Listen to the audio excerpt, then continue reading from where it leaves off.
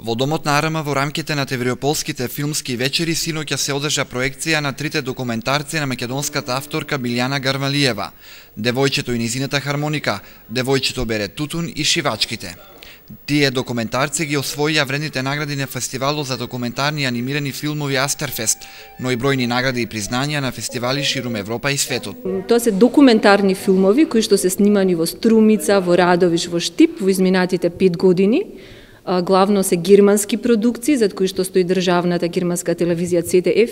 Јас сум многу среќна и многу благодарна што Горан Тренчовски, исто основачот на Астерфест, е првиот што на некој начин ги откри моите филмови во Македонија, единствениот кој што секогаш знае да најде и време и простор на вистински начин да бидат презентирани филмовите, бидејќи македонските телевизии, барем моето искуство е такво, не покажуваат интерес овие македонски приказни да бидат прикажани на телевизија и навистина е жално зошто овие филмови да не влезат во колективната свест на луѓето. И тоа се женски приказни, обични приказни кои што на улица, на пазар ги сретнуваме, но многу искрени приказни за девојки кои што се талентирани, едната свири хармоника,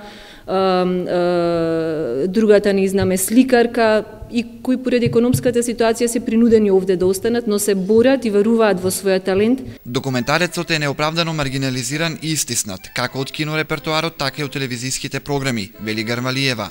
Таа е задоволна што со помош и разбирање на своите продуценти од Германија може да ги реализира своите уметнички немири. Па документарниот филм според мое мислење и согледување е потценет во однос на играниот филм.